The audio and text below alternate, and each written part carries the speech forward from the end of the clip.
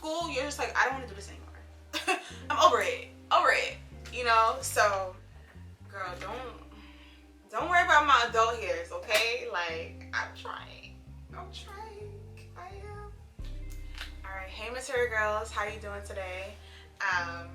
I'll be doing good. My name is T. If you're here from TikTok, thank you so much for supporting me, and also just coming to check out some of the facts I have about dental hygiene on here.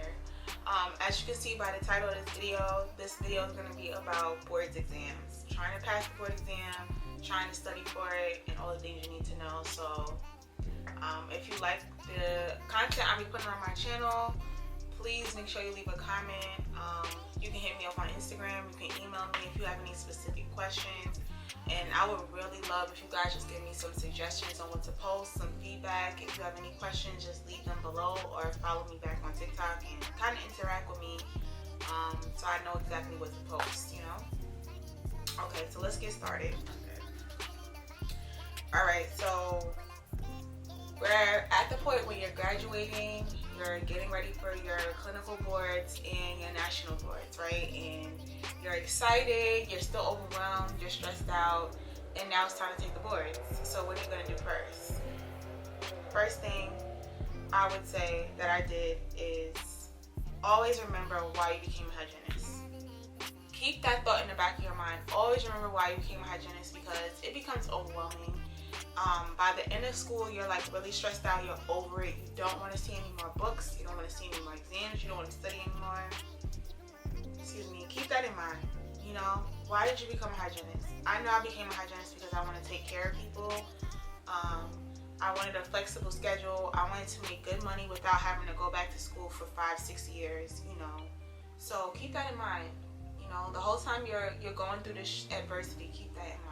Why you became a hygienist first. Remember the reasons, okay? I would say after that, after you get through everything, give your second to relax. Just breathe. Think everything through and relax, because you might make rash decisions real fast right away without realizing what you just did, okay? The boards exams, your clinical professors should have been preparing you for your clinical exams. I'm sure you aced it, you know, and you did really well. The computer exam is what, 125 questions. You've been doing exams in class that are as much as those questions on exams, or even more questions than that, 200 questions in 90 minutes. So you got this. You got this. You passed your clinicals. You're amazing. Congratulations. But now these facts are going to be mainly about the boards exam, the national boards, okay?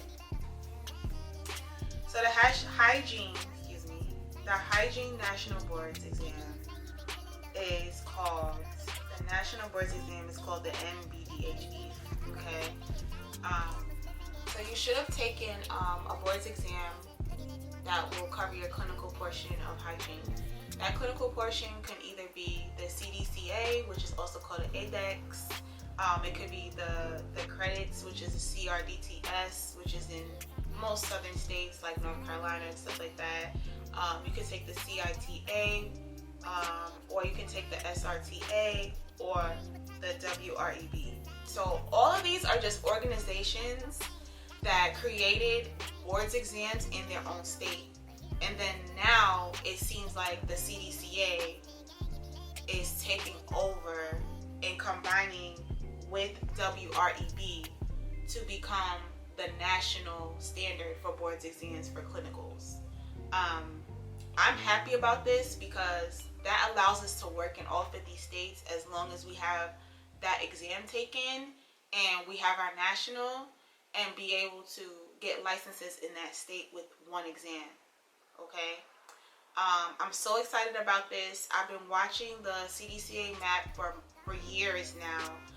When I first graduated in 2016, the boards that I took, which is the CDCA from New York, was only taken in like maybe 30 states, only on the north and east coast, because it was only for the northeast coast, and like one state, like I think Florida, took it. That was it. And now they've created it so it can go further, so I'm so excited. The only only states that are left that do not take that exam, the CDCA, the clinical boards exam that I'm talking about, are Delaware, Georgia, and Nebraska as of April 2022. Those are the states that do not take it. So if they don't take it, you need to look at what your licensing has to be for your state. So you need to go to the state that you're trying to be licensed in, go to that state's board organization website, whether it's DelawareDentistry.org or FloridaStateDentistry.org, like Google it and see what exam you need to take. I'm also going to leave a link in the bio to this video that will bring you to the American Dental Hygienists Association's chart that lists all the requirements you will need for all 50 states and sections to work, and what licensing requirements you'll need. So check out that. That is on the ADHA website, and I'll also leave the CDCA's link as well, so you can go check out if your state is on that list. If you're watching this video, you probably are, I don't know if you might already be in hygiene school, looking to get into hygiene school, or you already took the boards exam. But please, please, please, please, please always know what your licensing needs to have, because you don't want to get there and you're missing things and now you're discouraged because you have to wait some time. Because licensing can take up to 2 weeks, and all the way I've seen people would take them 3-4 months because they had the correct paperwork. So that's that. In terms of studying for the national boards exam, I would definitely say to try a variety of studying tips for yourself. I did try to use RDH app. That app, I just used to look at it on my phone while I was at work, and I would just study on it, because it's like you're on your phone anyway. Just use that app and it will just give you like flashcards and quizzes to do on this app that are really quick and fast and everything, and it kind of will just refresh my mind. So I'll leave everything in the link in my bio. Try RDH app. Just for practice questions. It's not going to give you like a whole lot of studying, but if you're studying on the go, it's better than nothing, just to refresh your mind. There's a website called Crack like crack an egg, Crack NBDHE. They have flashcards, they have study guides, they have Q&As, they have all the requirements and everything you would need to study for the National Boards Exam. If you're not aware, the National Boards Exam is about 600 questions. The exam is about 5.5 hours they allow you to have, and each question is multiple choice, but it's based on case studies, pharmacology, periodontology, which is, gum disease, every single instrumentation, everything that you have learned throughout your hygiene career in school, they put on that exam, and the questions are randomized. So if you're good at pharmacology but you're not good at something else, but your test has majority of pharmacology on it, if you're not good at perio but you're good at pharmacology and your questions are randomized and picked, then it's a possibility you could have more of the topic you're not good at on there, because the questions are random. Okay, so you have to study all of the topics, even the ones you don't know, even the ones you don't feel like you're good at, you have to be strong at. So I would definitely say use that. Quizlet is good. Quizlet sometimes could be inaccurate because Quizlet is like Wikipedia. Those questions and topics are posted by regular people, regular students that might have copied and pasted them from a textbook, or they might have found the answers on the website or on the website by themselves, so it might not be accurate. So be very careful studying answers from Quizlet. Some of the things are very accurate, but sometimes it's not, so be careful. Always use the notes that you got from school. Whatever your professor said, this is going to be on the boards exam. Ask them several times, is this going to be on the boards exam? I have a different way of how I used to study. I used to put a star next to whatever was going to be in the boards exam, and I will highlight it in like yellow or pink or something And then I had like a notebook like this and flashcards that I would go home while I was studying and reviewing the lesson that we were learning, and I would put the board's exam quote unquote questions in that book. And I had one for clinicals and I had one for my lecture courses. So all of my board's question and facts and topics were all in one book by the time I was done with hygiene school and I was ready to take my boards. All of my study everything was in it. It was crazy. It was stapled. I had paper stapled together. I had handouts I had a folder. Like, it was crazy, but it helped me because I had to go back and forth between the apps and the books that we had. So anyway, definitely just take those practice exams from the board's exam. Just take them. Just see what you know first. And whatever topics are harder, do them first, just to see what you know and what you don't know. And then just go down the line, okay? I would say to do 1 to 2 topics a day before your exam date, and give yourself at least 4 to 5 days before your exam date to not overwhelm yourself, you know, to relax, to give your mind some time to breathe, because looking at all this information over and over and over can get you very overwhelmed and anxious, and you could kind of forget things, okay? But the main things you need to know, your professor should have let you know and will be important, or you will see it pop up several times. So get your laptop, get your notebook, get your highlighters, get your flashcards, get your PowerPoints, whatever you need to keep yourself organized. Create a schedule. Like, today I'm going to do pharmacology, tomorrow I'm going to do instrumentation, tomorrow I'm going to do nutrition. Like, just break up the schedule, and that's how you're going to be successful at passing your board's exam, for real. And then whatever you feel like you don't know, like, put a star next to that, make a note of it, and just go back to it. If you're stronger in one than the other, then focus on the ones you're not strong at, and the ones that you're strong at, the topics you're strong at, let it go. Don't keep looking over things that you know. Focus on the things you don't know, and then go back to the easy stuff, okay?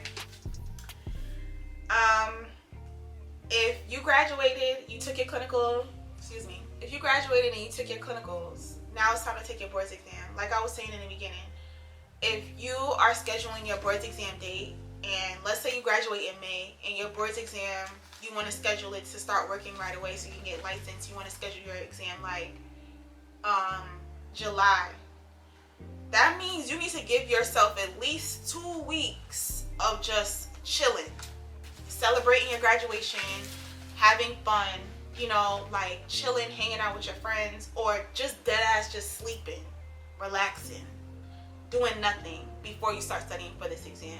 Because it can be overwhelming, and you don't want to be sitting there looking over information that you're just like over. You're like, I don't even want to do this anymore. Trust me, when you get through school, you're just like, I don't want to do this anymore. I'm over it, you know? So give yourself at least a week or 2 weeks. Make your schedule and then just get locked in. I would not say to wait more than 6 months after you graduated to take a board's exam, unless you feel like that's something you can do. Because most people who do that, they forget a lot of the information if they're not studying it and looking at it every day like they were in school, okay? You have to study for this exam. There's no way you're going to pass this without at least looking at some stuff for at least a week. It took me probably like 2 weeks of like hardcore, like I would go to work and come home and all I would do is study like all the way until I got tired. Which is like probably like 4 or 5 hours just continuously studying. You need that time. You need that time. So it took me about 2 weeks to study for my board's exam, and I passed on the first try, thank God. But I really took the time out to study every little bit and piece. Like another thing, social media. That 2 weeks, that month, or whatever before in your studying, you gotta be locked in. You gotta be serious. No social media. Your phone is on D&D. No boyfriend, no kids. Like, you need to be locked the fuck in for this. Like, you cannot slack, okay? give yourself that 2 weeks or a month, whatever you're using, however much time before your exam to study. You need to be locked in. You need to be serious about this, because if you have any distractions, that's not a good look. I told people a week before my 2-week study that I was gonna be ghost because I'm studying for this exam, and they understood. They knew, because this is my life. This is my career on the line. I need to pass this exam, and this exam is over $1,000-something, I think, or is the other one $1,000? I don't know. I know that this exam is expensive. It's like $600-700.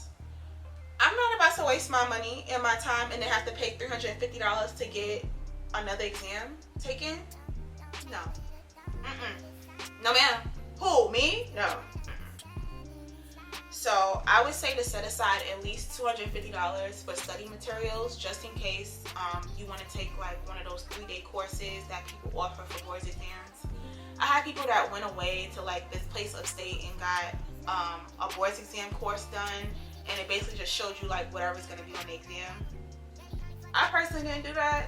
I could not afford to do that, so I just made my own cheat sheet and my own study sheet, and I was cool with the people who went, so they kind of gave me their notes from that class. But I remember what I said, remember what I told you. Find you a friend. Be friends with somebody who is in a higher grade than you. Be friends with the people who already graduated. Be friends with the people who are on it, who are, not that they're smarter than you, but the people who you know the people I'm talking about. The people that be studying hard, get cool with them and study with them and be cool with them. And even if they have a different studying style than you, just take what you can from every group of people and then make your own little buffet of studying, okay? All right, and the night before your exam, do not go out. Do not go out. Stay in your bed. Set 3,000 alarms. Don't sneaky link that night. Don't hang out with nobody. Don't drink. Don't feel overwhelmed. Don't smoke, because you're going to miss the exam, or you're not going to be prepared. You're going to be unfocused. You're going to be in there tired, falling asleep. Okay? Don't do that to yourself. This exam is 6 hours. It could take you up to 6 hours. You have 6 hours to take the exam, but if you finish earlier than that, then okay. But you have to be focused. You only have 60 seconds, I believe, 60 to 90 seconds for each question, or 30 seconds, something like that. Some short period of time to answer these questions. So don't play yourself, okay? Do not play yourself. If you do local anesthesia in your class, in your hygiene school, as soon as you're done with your national and your clinical boards and everything, and you can, apply for your local anesthesia license. Find out what your state requires to be local anesthesia certified. That's really up to you if you're not someone who wants to inject people, but it really helps you in the long run, because dentists love to hire someone who knows how to do local anesthesia already, who knows how to inject people already.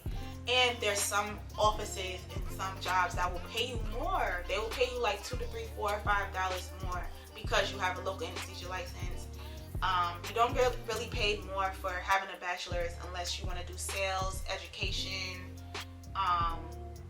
You want to be a professor. Like, that's the only time you really need a bachelor's. Other than that, I have an associate's degree. You don't need a bachelor's. That's on you if you want to do that. And if you want to go to dental school, then you need a bachelor's. You'll still need prerequisites for pre-dental though, for dental school. So you'll still need like organic chemistry and all of that. So even if you got a bachelor's as a dental hygienist, you would still have to take, probably, depending on your courses, probably 10 to 12 more classes to get to dental school. So keep that in mind if you're trying to be a dentist. And I will list the more resources that I found, teethtalkgirl.rdh.com. I will also list teethtalkgirl.com. These are all websites that you can go on that have blogs. They answer a lot of the questions you may have. They have some really interesting facts on there. And then just anything. And if you see anyone that you feel is interesting, email them. Ask them questions. I've done that. I've emailed people that I do not know who are on these dental hygiene blogs who have answered my questions for me and who have led me to other people who are like high up in the committees and stuff like that. So definitely don't slack on that. I always will direct you to adha.org, which is American Dental Association's website. Go on that website for licensing credentials. And if you're interested in transferring to another state once you get licensed in the state that you live in, or if you're getting licensed in the state that you're going to school in, you'll have to know what license you need for you, what licensing requirements you'll need for your state that you want to move to. I would say if you're trying to transfer your license, look up transfer dental hygiene license to new state reciprocity. Okay, I'm gonna put this in the bio too. Transfer to new state reciprocity. Okay, that is what it's called. Reciprocity is the reciprocation of a license in education that can be used in a new place to get licensure. Okay, I did that. So I already had a New York license and I used my education and license of reciprocity to go to Florida. So now I live in Florida. And if I was to ever get a license in another state like Georgia or Texas, I will use my license of reciprocity, my license that I have in Florida or my license that I have in New York, to move to Georgia or move to Texas, or not even move, just use my license to get another license, and you just keep doing that. Okay, I hope all of this helped. If you have any questions about any of this, please leave a comment below. Feel free to email me. You can DM me on Instagram. Of course, you can always follow me on TikTok, and I'm on there blogging, doing my material girl stuff on there. And I just really hope you guys like these videos. If you want me to get more into licensing, then definitely let me know. I do have some vlogs that are coming that I'm trying to edit and put together. And I'm also going to do my next video being how my first experience in my first dental hygiene job was. And I'm excited. So I hope you're having a good day today, and I will see you girls next time.